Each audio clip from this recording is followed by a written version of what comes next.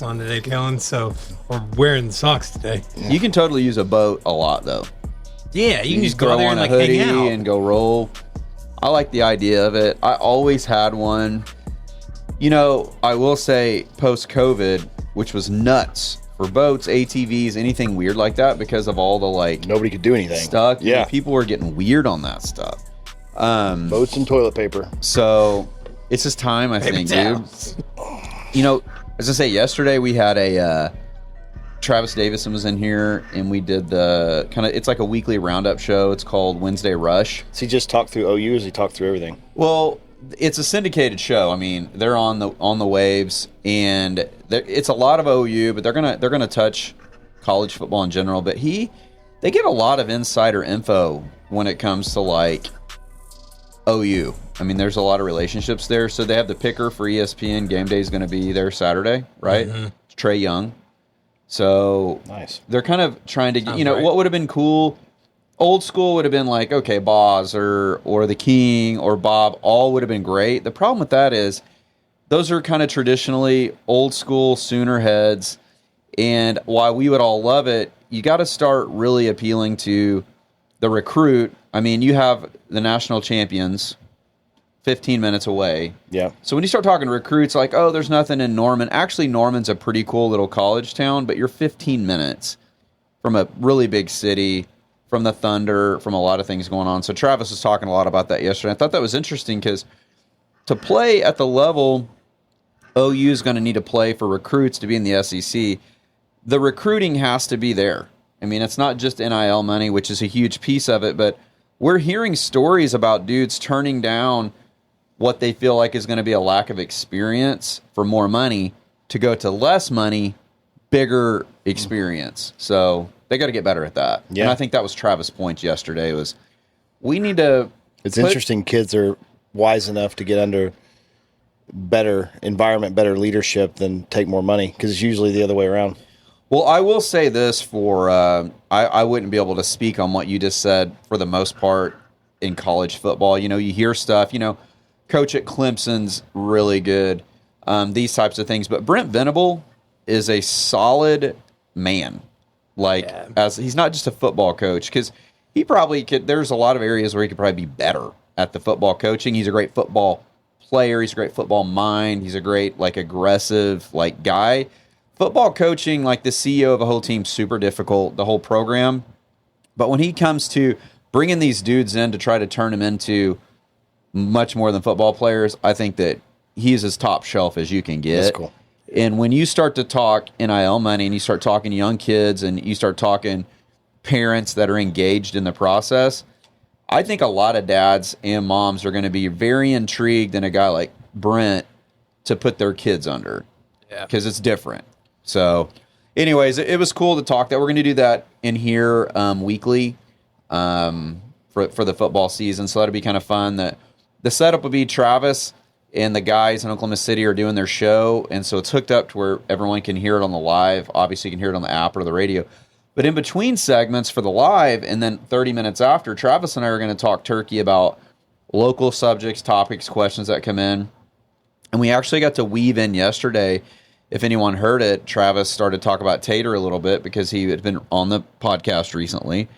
And how he wasn't just like a fighter. So it was kind of cool because we're going to try to open that can up a little more in our 30-minute after segment. So, you know, I think that'll be kind of fun. But anyways, we probably got enough time. We got people have had time to kind of grab the notification that we're on. So it's time to record again.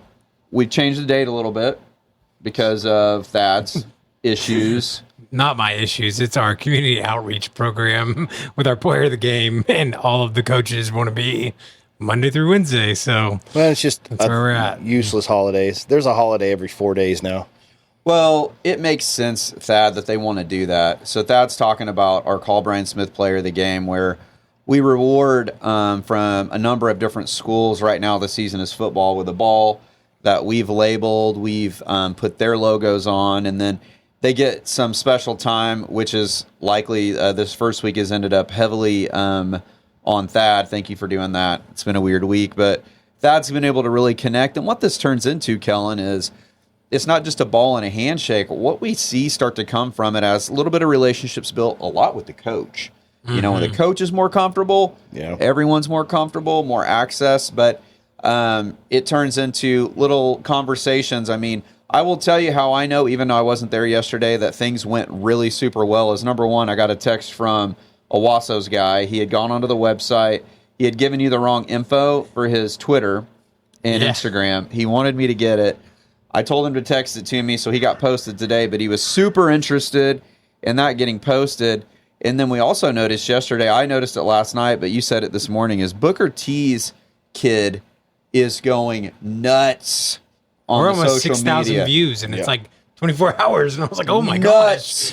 That tells me that, one, they were excited to see Thad on campus. Number two, they were excited to get recognized. But number three, the power of the promotion now after all these years is very much snowballing, because to have a kid want his friends to be sharing and seeing so bad, where we're reaching 5,000 to 6,000 views in 24 hours is bananas. And that's cool, because what happens from that relationship is, like Thad said, we've taken that from a marketing promotional thing, which, yes, it is. Don't get weird. We're not going to lie and say there is nothing, but we don't write car insurance from that effort. We get connections and we get to be seen out there. But what's really happening is, if you look at the post I make, it's a humongous highlight on the team itself, their logo, the picture, which is generally going to be Thad and the player, me, Thad and the player, and then their name and what their accolades, you know. And so what we're trying to do is build relationship through recognition. Obviously, we have a goal that if one kid was to ask for prayer or healing, then the whole kit and caboodle is worth it.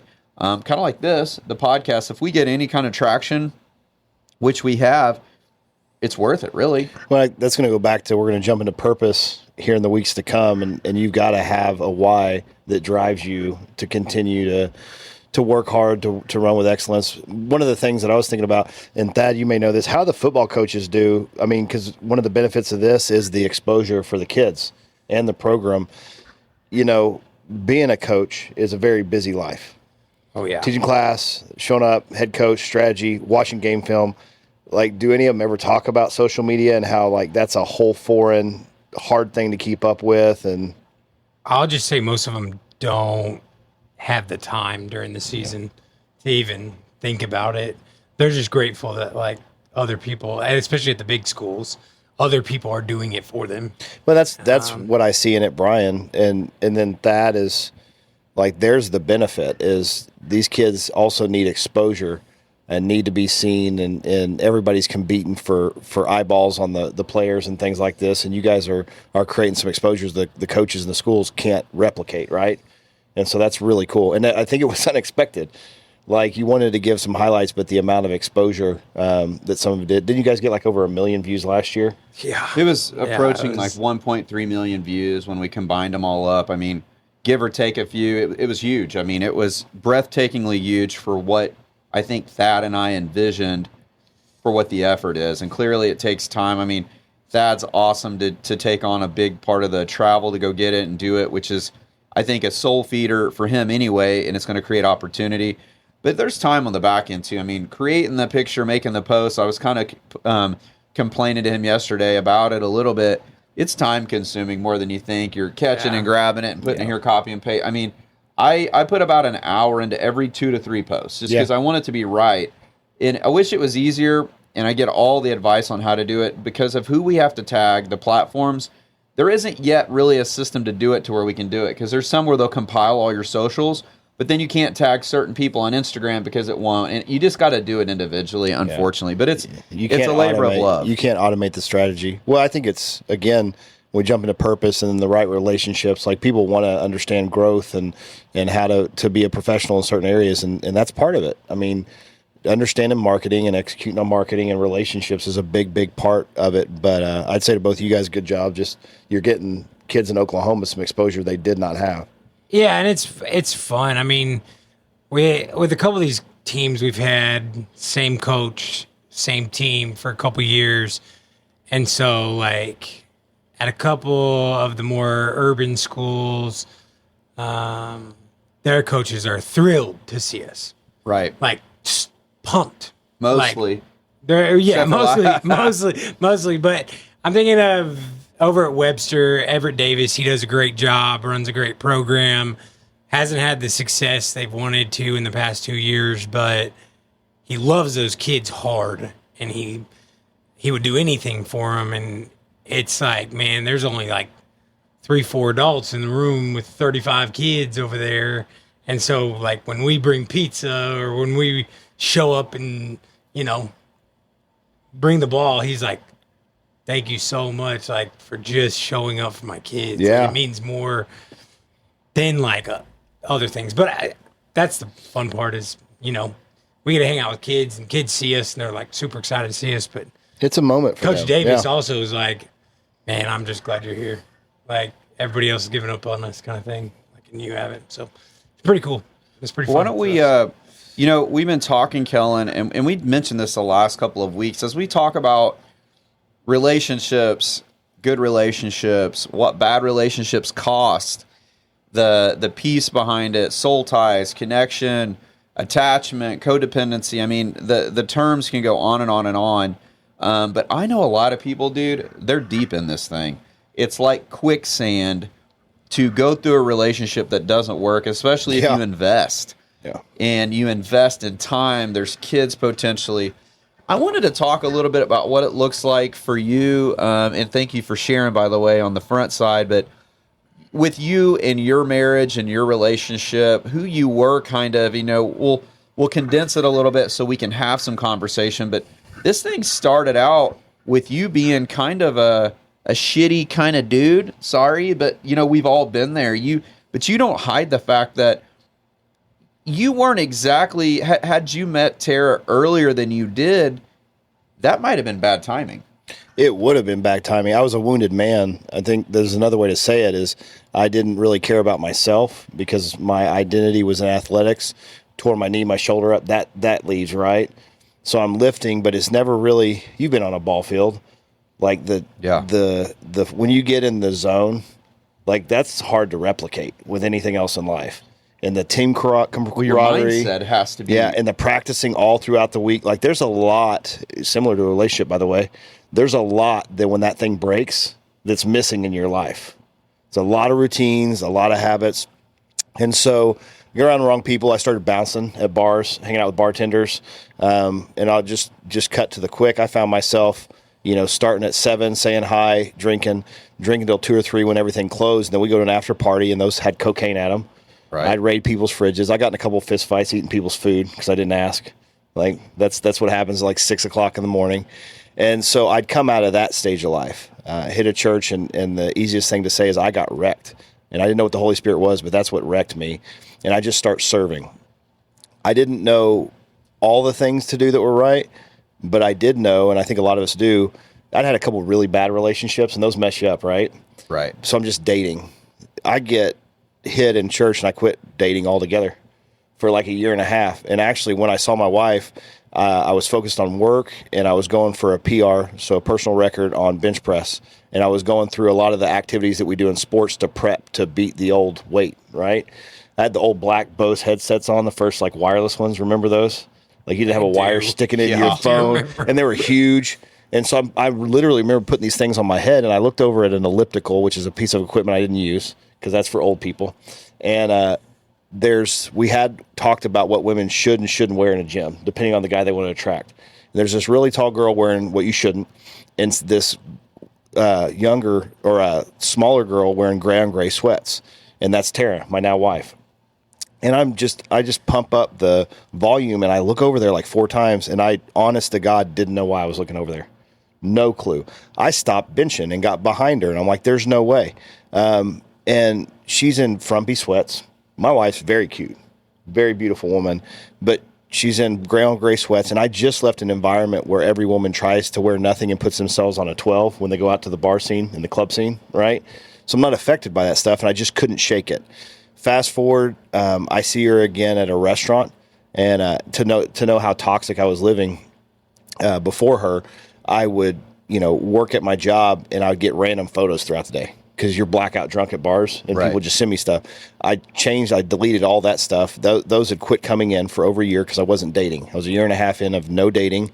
I quit partying, still drinking, but I wasn't drinking and moving. Like I was trying to figure this deal out, and I was trying to quit Drinking and sitting. I even remember I was trying to quit cussing. Like I'd go and drop the S word or the F word and be like, and retract it, and people would be like, no. So I was like, it's not fine, not for me, because this is an actual struggle, and that's exactly where I was. And so I see her at a restaurant, and I see the back of her head, and I know I get such a hard time by the seniors at my workplace. They're like, dude, if you can recognize a girl you've seen once by the back of her head, like something's going on. My sister makes a call 6 months later to me, and she's lost at a job and says, hey, big brother, will you come talk to me over lunch? And I didn't do a good job. I intended on doing a good job because 6 months later, I go to a bank to take my sister to lunch to unpack life, career, all those things. I was doing well, and she was searching. And I walked through the front door of this bank and looked to the left in a clear glass office, and there's Tara, my wife. And so my sole focus was my sister getting me a date with this person that I'd seen 3 times in like a year and kept running into. And I bugged her. And luckily, 2 or 3 people from that bank went to high school with me and didn't know me as a crappy person. And she wasn't dating, so they gave her a hard time. Went on a date, and I built it up to like here. And that's kind of the thing, too. We build these expectations in relationships. We talked for 3 hours, and I was actually kind of deflated because there wasn't this giant like connection buzz thing that I'd built up in my head. We ended up hanging out and talking for 6 months before I ever kissed her. She's the best friend in the world. I outkicked my coverage. The coolest thing she did for me, because I'm still coming out of some of this stuff, and so it's even wild to her, was she would see me with some of my crazy buddies still acting immature at times, and then just pray about it. And I would come and talk to her. I know one of the things I was doing, my business partner was a professional poker player and still doing some of that. We're running businesses. So he was teaching me. We'd hang out at the casino for like 6-7 hours and just be playing poker, beating other people, right? I like that aspect, and I like the interaction. And I randomly told her, I said, hey, if this thing goes forward, I'm not going to be at a casino for 10 hours, right? And she prayed about that. She didn't confront me. And so here we are, 2 kids later, 13 years later of marriage.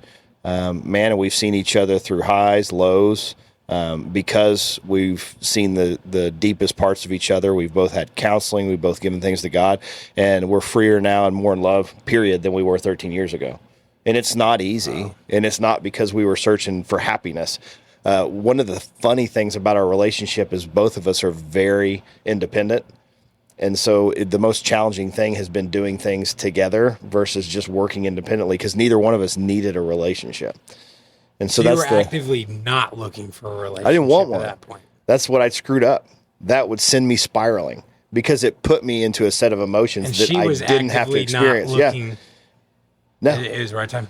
Yeah. She, It was right for time. 6 months, wasn't looking. I had to pick her up and put her against the car and kiss her and put her down and say, I'll call you in 5 minutes. It was like, I'm not friend zoning, because she had such walls towards dating. She traveled the world. But y'all both were actively not looking. No. And that is the lovely thing about the Lord and love. Well, and if you look back at it, and this is hard to explain to anybody, I'm not looking, right? Yeah. But there's an attraction, and it's not just physical. It's not just physical. I think my wife's beautiful, but there was something there, and I could sense that there was a purity about her. And the reason that, honestly, some things took longer than they should have in our relationship, as far as like really pursuing her and calling it a relationship, I felt unworthy still. Mm-hmm. And so I had to work through that, because I could feel how great a heart this other person had, and I wanted to guard it. And for the first couple of months, I had to guard it for myself and make sure that I was really in a good place. Right. And I think that's pretty cool, because it's just, you didn't really know how to date like in a healthy way. No. Dude, we showed up. I took her to the wrong comedian, and she had fun, but I look back and I'm like, why do we go to that? And then we go to a bar that I used to work at, and I never took any girls out, period, to the bar. And I had people coming up trying to talk to me. I had people mad because I was out with a girl. It was very weird. And I was aloof to everything. And she was so walled up. My best friend in the world went out with us. I'm like, at the end of the night, I was like, what do you think? He's like, you don't have a chance in heck. He's like, she didn't like you at all. And we still laugh about it this day because she just had walled off her emotions. And we knew everything about each other after 6 months. So how do you guys deal with, Kellen, when you think of, Tara had a little bit better of a pattern, a historical pattern coming into the relationship with you, not because she hadn't gone through a lot, she had, but not necessarily on the dating scene. Yeah. Whereas you had been through it. I mean, you experienced it all. You pressed all the buttons, tried to see what all the little buttons did on the music board there. And how did you guys go these last, however many years married, knowing at the beginning there had to be some issues on Tara's part with concern? Even though you had maybe shown a little bit of a difference and change, it's still human behavior to think, but he's tried everything, he's seen everything, he's seen that girl, been with that girl, and done that. Now, fast forward, you've had experiences to where old people that had been in your life in a physical way have resurfaced in other ways through other connections and friendships and relationships, and you can either just run from it and act like it never happened, or you can be forced to face some of those times because there's opportunity there. How have you guys dug through that? I mean, ultimately, yes, Tara's had to have a lot of spiritual maturity to do that, but she still has to deal with it. She is a human. How do you guys handle that conversation where she knows you've definitely been in a scenario with a female in your past, but you've got to move forward to have good effect in not only in your own marriage, but also maybe in another relationship? Yeah, I mean, spiritual maturity is really the answer there. So many people put the weight of the new relationship on what other relationships are doing, right, and how people are cheating or how they've been treated in the past. Tara never did that, and I was always present and protective. And the other kind of thing about me, Brian, and you're close enough to me to know this, and I think, Thad, you do. I say everything I'm thinking. There is literally no filter on this man. No, I don't have no filter. And I need to say them the right way, but I don't hold anything back. So that gave her some comfort too, is there's nothing I'm trying to hide for any reason. I'm just Kellen, deal with it. And if you don't like it, one of the things on our first date that I did, I thought it was the cutest thing in the world. We sat down and she kind of said something about the way she's going to eat, kind of warning me that for a girl, she's going to throw down on some food. And I was very clear, if you don't finish your plate, first date, I'm eating all of it. That's just me. I'm not going to change. I'm not going to change how I operate even there because it's the first date. That's what I said. I was authentic from day one. For some women, that would be what are you doing? No, you're not going to touch my food. Well, we're probably not a good fit. Yeah. Because at some point, I'm going to eat your food. Yeah. And I found a woman that kind of likes that. When she makes food, I have 2 plates, right? There's some authenticity there, Brian, but also we were really open about it. Right. She even encountered somebody at church, started a group, and the group she wanted to start with people that she knew bailed, right? You have this idea of something that God plants on your heart, 4 women that's going to be awesome, and everybody she invited didn't show up, so it's an organic group from church. Well, one of those girls was a friend of mine for a couple years, right, that I was intimate with. And that can be kind of awkward. Well, when that popped up, I was like, hey, by the way, and I just said it. And she's like, well, where do you think she's at now? And we talked about some of the stuff, and then she invited her into our home. And what ended up happening there was through the course of that, this girl came up to my wife and was like, hey, I have to tell you something, because my wife poured out some stuff to her and prayed over her and has been kind of spiritually mentoring her and some other girls for 4 or 5 months. And my wife looked at her and goes, I know. Kellen and I had that conversation before I ever invited you into our home.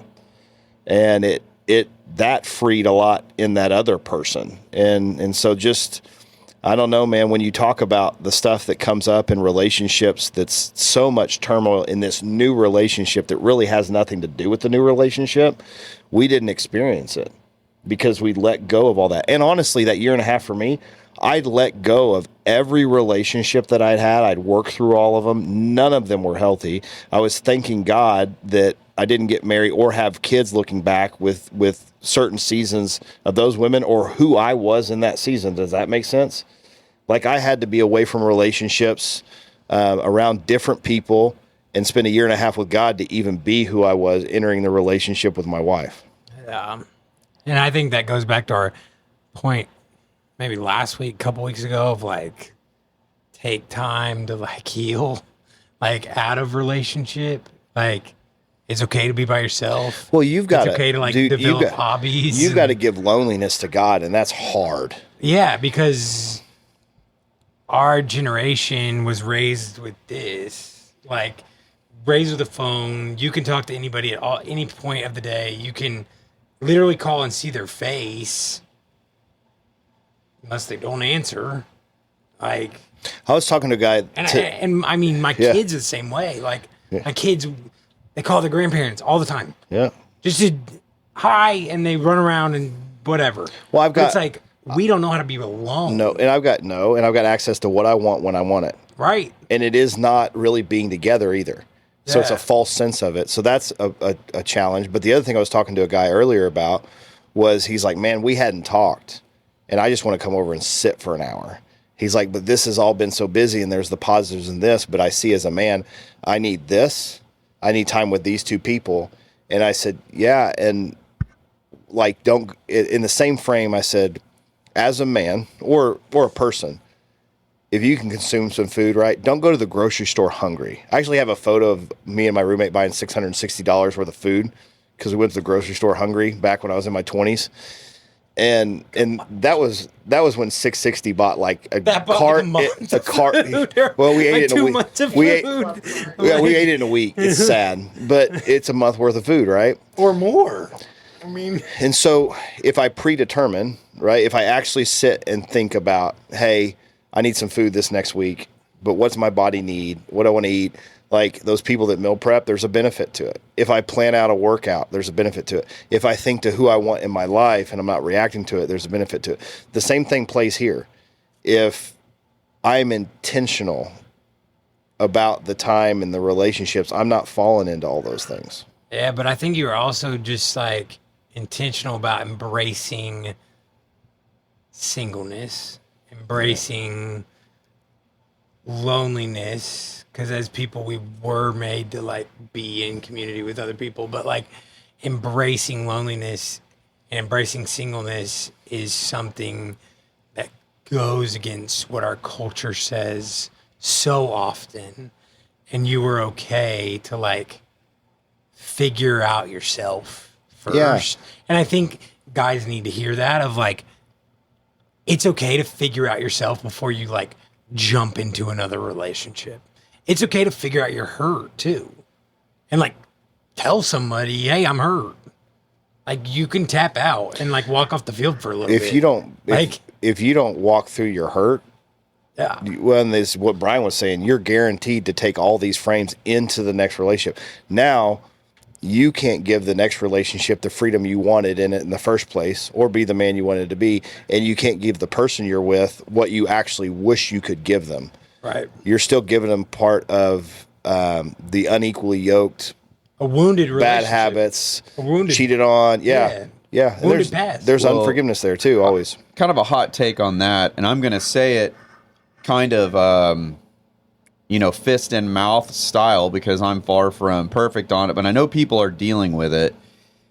And when you're in a scenario to where you've been through some hard stuff, let's not get this part wrong either. Both people are generally responsible. There's some exceptions to that. But even in the exceptions, there's still some outliers that are causing reactive behavior that if there weren't there, it could be better. But let's just make it a little easier and say, look, in relationships, both people have some parts of their personality, their reactions, their actions, and the things they're putting out there that are causing it to be difficult, okay? And so when you exit a relationship, you're carrying stuff, no matter what you think, no matter how the breakup went, no matter how it all went down, you're carrying some stuff. And what I've noticed about people is, and this, it must be the epidemic, because almost nobody can wait. Almost nobody can wait. In some form, wait, meaning you just can't not go out with somebody. You can't do it. You can't not have a person there to give you attention, verbal recognition, and affirmations. It's like you can't breathe. And then what we do is we think in it and we dwell on our scenario so much so that we can actually create justifications to support doing what we're doing. And so I had said recently, I haven't, I hate the fact that we got to be on this freaking podcast talking to everybody, but sometimes to make a point, you've got to dig a little bit deeper. I haven't really been on dates in a long time. Do I hang out with other people? Yeah, in groups. I'm around people, but I still can't reconcile the idea of how that is going to look and feel.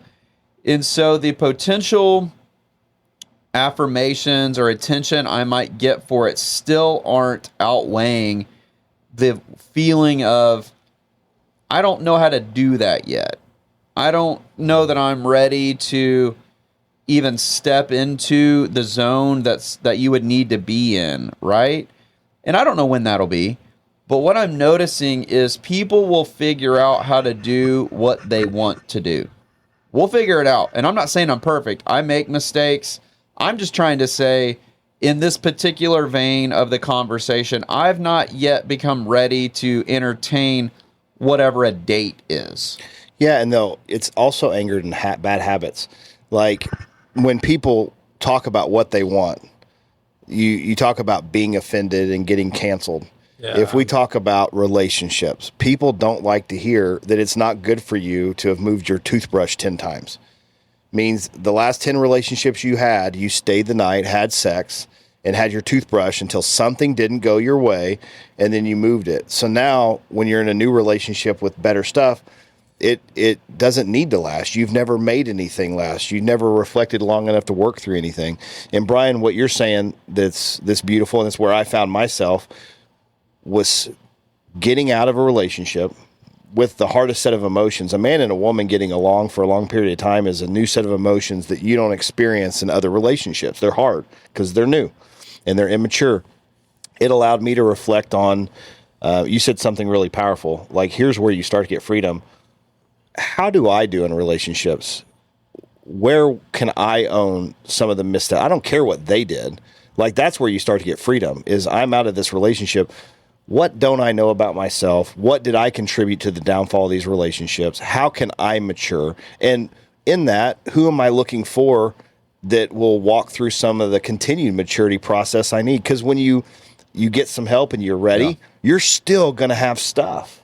Well, and I heard a lot of this from you, the last couple of years, and I've seen it with other people, and I've heard a little bit from other people and been convicted of it. But I'm talking about not only my own relationship experiences, but other people's too, is something you just said about your part, their part. Dude, when we start to, and I don't even know if I'm completely there, when we're on this and we're talking to people, our job is, I want to help you understand what I think is the right thing. I'm not trying to tell you that I'm yet doing it exactly how it needs to be done. That's the sucky part about being in these situations, is it's a little bit of that do what I say, not what I do kind of thing. While we don't want to be hypocrites, you don't want to not do that. Sometimes it's time to also pass on the right play, even if we're not running the play very well. Okay. And this is one of those times to where I'm probably going to say something that I still haven't perfected, but I know it is truth, and I wish I could figure it out. And if it was that easy for us all just to do what was right and the truth, we wouldn't have anything to talk about anyway. Hey, sometimes you just got to preach to yourself. Yeah. Yeah. So, I mean, there's a lot of pastors that will get up and they will be preaching to them. Right. And there's just happens to be people in the room. And they need to have the freedom to do that, because they can't be silenced just because they're not doing it exactly right. Yeah. Someone might be able to do it right. But what my point is this, is you said their part, my part, her part, his part, whatever. We have got to figure out a way in our own selves to not do what we did reactionary because of what they did. What he's asking us to do is, no matter what they did or are doing, your job is to do this other thing. Your job is to treat that other person. In my experience, it would be like a female, but it's your job to try to figure out how to treat them how he wants them to be treated, without the idea of anything they did. It can't be, well, I did this because they did it. No. He's saying, I'm asking you to react and treat them this way, even though. And the thing I'll say first, you're right. And I hate it. And that's, Because I don't do it very well, boys. well, and I want to say it's okay to hate it. So, Well, I do. I have two things to say. I heard a short earlier from a man whose business just got tarnished and torn down, Christian businessman, and he's on top of the world 18 years later. And he got authentic, just like you just did, about, no, it sucked 18 years ago. And the people in my church, they're like, you just wait for God. He's like, God's not doing it this second. Like, let me say that this sucks and this is hard. And so I think one of the first things you have to do is get real with your emotions. Jesus was always real with his emotions, by the way. We have a set of emotions to fully feel. Don't get numb or mad. And then the first strategic move when you talk about separation or struggles in a relationship is to look at the people directly pouring into your life and get the right set of people around you that will continue to lovingly reframe, model, and walk with you through this crap, because it's going to be a season. It's not going to be immediate, and it's going to be hard. So you have room for reflection. You have room to be emotional and not okay. And you have men that still want the betterment for you when it comes. And they'll sit there and go, dude, you're not ready. Like, you still haven't you may want it. Your flesh may want it because it's those old habits and you're still feeling lonely. You are not ready for what God has for you yet, but you will be. Well, I'll tell you guys, like I said, that I hate it. And no matter who the people are in my life in the future, just in relationships or just in friendships, I think that the strategy still is from him. I mean, you can't impact and influence other people if you're not treating them the way he wants them to be treated, no matter how they treated you. That sucks. I mean, I'm a pretty reactionary person, and a lot of that comes from wit. A lot of that comes from, being a pretty quick on my feet and whatnot. But he's not really asking us to do that. And I can tell you, each and every time that I respond, either verbally, in text message, or any other way outside of the way I know he wants us to, I'm immediately convicted of it. I mean, I'm not sitting here trying to say or avoid it or justify it. I think that there are men right now that need to hear it, and that's why I'm talking about it, even though I hate it, because this is one where I would score pretty low in trying to be in a healing way. I'm just going to score low on it because there's roots there connected to behavior that's obnoxious. And, when people are doing things that are clearly outside of what they say and who they are, and they think people don't notice, I have a hard time ignoring it. I just want to make it known. But guys, you got to listen. People already know. I mean, the random dudes liking nonsense pictures, maybe they don't know, but they probably do too, but they're just fleshly liking something they're attracted to. People with logic and with actual character outside of what they're trying to sell to people on a social media platform, they know. It doesn't matter. It's not our job to highlight it or make it known. Lord, everybody knows. My problem is understanding that they know. I want so bad to promote it. I'm a promoter.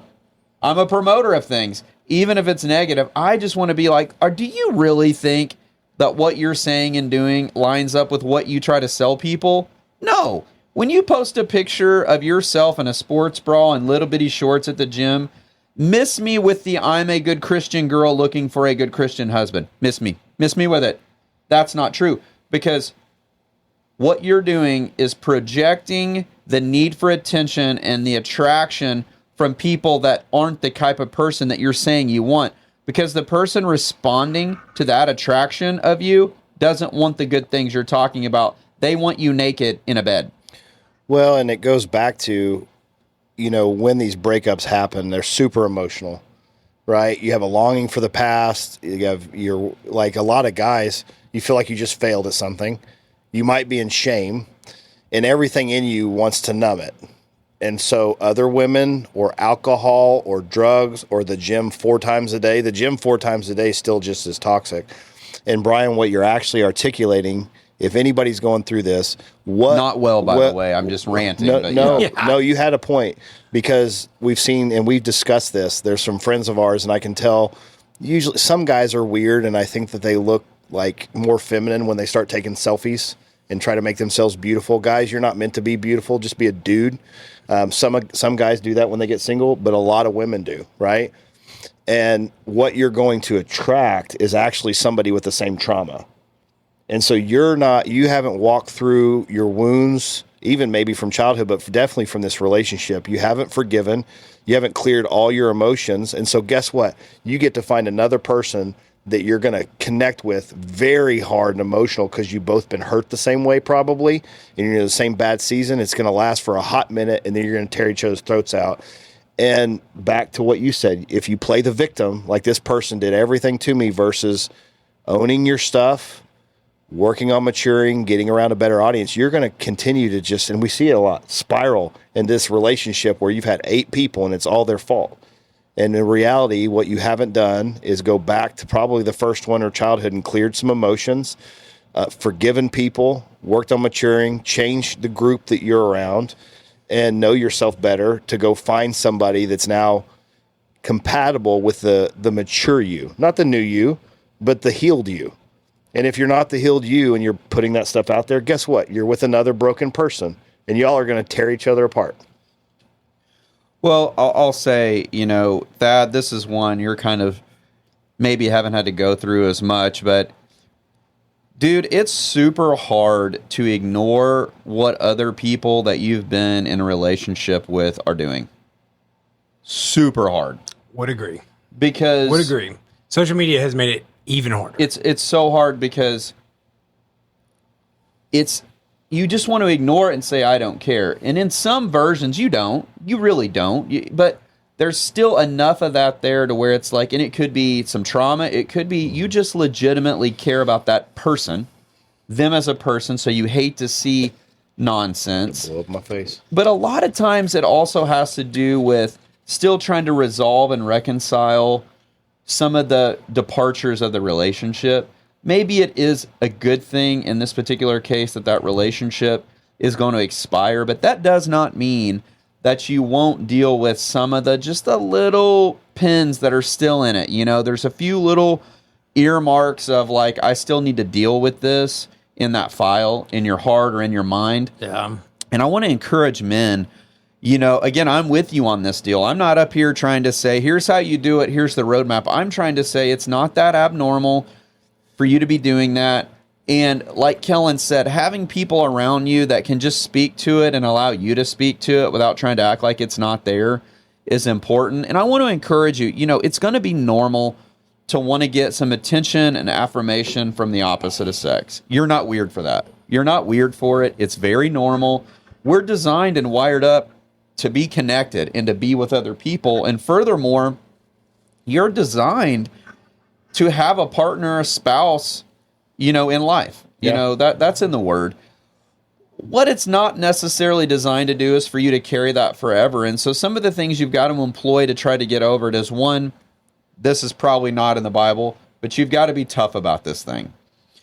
Tough meaning you've got to be tough to understand that it's going to keep hitting you, and you got to keep pushing back on it to get rid of it. You got to keep employing strategies that are your prayer life, the Bible reading life, and also be encouraging with keeping men in your life. I'm speaking to men on this. Men in your life that can keep it real for you. Those 3 things help, but be tough about that fight. Because once you say, I'm just going to stop praying about this, I'm not going to be really reading, or I'm going to get lazy about this, I'm not going to share transparently with a couple of my mentors or my accountability partners about my struggle with it. If you're not tough about the strategy, you're kind of going to stay in that quicksand. It's going to be hard to pull out of it.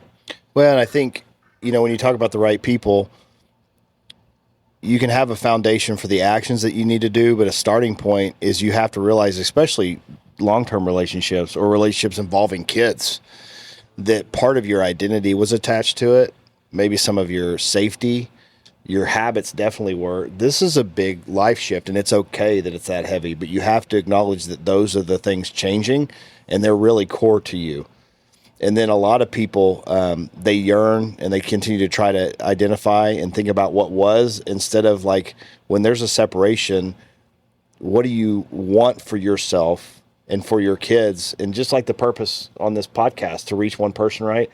you need a vision and a purpose that you're focused on and saying to look at, so that you're not continuing to fall back into what was. People yearn for what was for a long time.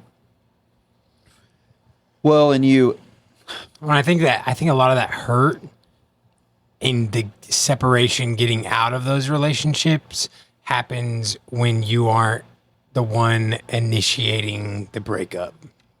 If you're initiating the breakup, there's a lot of resolved things of we're done, this is over. If you're not initiating the breakup, it's like, it's like a slow-mo, like you're losing something in slow motion, and you're just like, and you keep wanting it, even though it might be bad for you.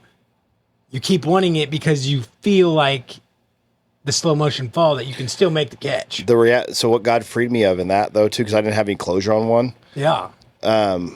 What God freed me of was that I had taken that person and that relationship and put it on the highest pedestal. Yeah. And that's the only reason I felt that way, is it was put in a place it never should have been. Right. Like an idol. And once I had clarity on that, and then that parts of that relationship were seated at where my relationship with God should be, literally I'd put it as the highest part of my identity and my season. Right. I completely got healing from it. The other thing is, and we'll go back to it, Brian, you talked about the foundations and then the action in the community. You said the most important thing. Like, if you're going to start healing, you have to just own your stuff. Quit focusing on the other person. And I'd even go back to boundaries, the silliness of social media, and it is. Quit following the accounts, because what you're doing... Attacked. Dude, I held on before we had social media. No, I'll be transparent. I held on to a stack of, like, from this 19-year-old relationship till I was like 21. I had photos that I kept going back to. And that was the one that I didn't have any closure on, that. And that's what God had to heal. But if I'm holding on to these photos, I'm never going to let it go, right? If I'm following them on any social media platform, I'm never letting it go. My relationship that felt like that, where it wasn't me and there was unresolved whatever. I been dating a girl for 6 months in college. I was moving. I had already taken a job elsewhere. She was staying at school. She was a year younger, whatever. On the day I graduated college, she came over that night and was like, hey, we're going to be done. And then I moved a week later. Yeah. And I was like, this is to a place I had no friends, no community, no nothing. And I was like, they were like, go be a youth pastor. And I was like, what are we talking about right now? Like, my heart's in shambles. Like, I thought we were doing pretty good. Like, I was okay with our relationship. And I didn't follow her on any social media platform for 5 to 6 years. I didn't even talk to her. Wow. And I was like, this is awful. Like, but like, I couldn't, because it was so tense relationship. And then it was like gone. And then I moved. Yeah. And then I started a job. I was like, this is awful. But like, I sat in it for a long time, and it was tough. But like, I do think that men, if you get broke up with, or the relationship ends, take time away from social media. Well, take time away from their profile specifically. 100%. But also take time away from like social media that's fake and whatever, and like, but what you said, get some real stuff. What you said is very few people, because we run to parties or alcohol or isolate and get on some social media feed. You need some time and some friends to just sit in it with, and some people that understand that this is a season that you're not okay and you need to work through all those emotions. I'd suggest, if it's a marriage or anything with kids, find a legit counselor, like somebody that's not a flake, because there's a lot of them. Somebody with some actionable tools. Sign of a good counselor, by the way, is you don't just sit there and like they pull stuff out of you and you just talk for 90 minutes and leave, or 60 minutes. They have tools for you to continue to mature, to forgive, to have breakthroughs. So find one of those and just sit and work through that hard season, because it's going to be hard. And you should feel something besides angry or numb, right? We have a whole set of emotions, whether you're just lonely, tormented, sad, whatever words you can put through it. But you need to feel all those things to clear them, and then own your part. Well, this, guys, this topic, I think we'll spider on this topic. We've got a couple of guests coming up over the next couple of weeks. But I think that this is a kind of topic we can weave in and out of. It's like a few others, to where as we talk about relationships, good and bad, breakups and startovers and everything, this stuff is key. And I'll add on one more to that strategy that I was talking about earlier, especially for believers that are current believers. One of the best things you can do when you're going through anything, be it a kid who's suffering, something medical, emotional trauma, is there is something about like a praise and worship time. Prayer is a big deal, reading your Bible is a big deal, but I found that there is something key to like a time in worship. And what's really sad this day and age is there are actually churches and denominations that don't really believe or celebrate worship. Play some songs, but there are people that don't use instruments because it's some kind of weird thing. David had a harp, by the way. I don't understand all this stuff, but I'll tell you, however you can get some time alone with praise and worship. I personally find it easier to play something. I'm not good at creating that praise and worship time out of complete silence. I need what I call some direction. And what's cool about anointed praise and worship leaders and singers that take it seriously, they pray about it, and they try to anoint that time so where they can help lead us. That old school saying, lead us into the throne room. That's a real thing. I mean, having people that can direct the body into that spirit is great with song and music. It's in the Bible, like I just kind of hint, David had a harp. He played the harp. And I'll say something about the type of worship. When they're praising, you're praising the Lord.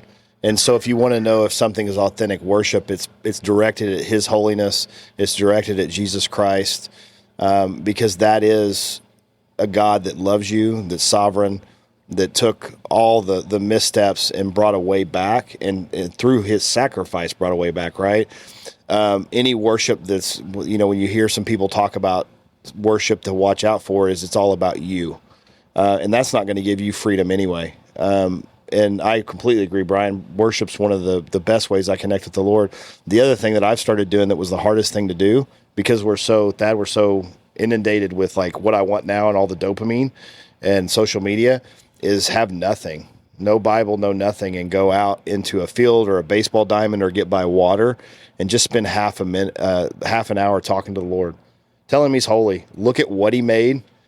Ask Him for resource. Tell Him to search you and say, hey, if anything's off, I want to bring this back to you. Show me. I'm going to turn away from it and just sit with Him for half an hour, and you're going to bring, peace back into your life, right? Because that's what we want. We don't want to take chaos into the next relationship, is ultimately what we're saying. We want to be able to know who we are and bring some peace into the next relationship we have. Yeah, and that's going to be such an intentional, it's such an intentional thing to do. I mean, I had someone mention this the other day as we wrap up. Like, does it just go away? I think it can, but that's still a process of numbing. It starts to go away more so just because you're not thinking about it or looking at it, and you're kind of becoming numb. That's probably not the best way, because what happens when you just become numb to someone, meaning I just don't like them anymore or whatever, that's hard in a marriage. You still connected. You were physical. You were intimate. You shared hard things. You had good times. So there's still roots there. So to say it would just go away, I don't know that it ever does. You just let it numb out and forgotten about it. But that doesn't mean that something couldn't happen to re-energize it, right?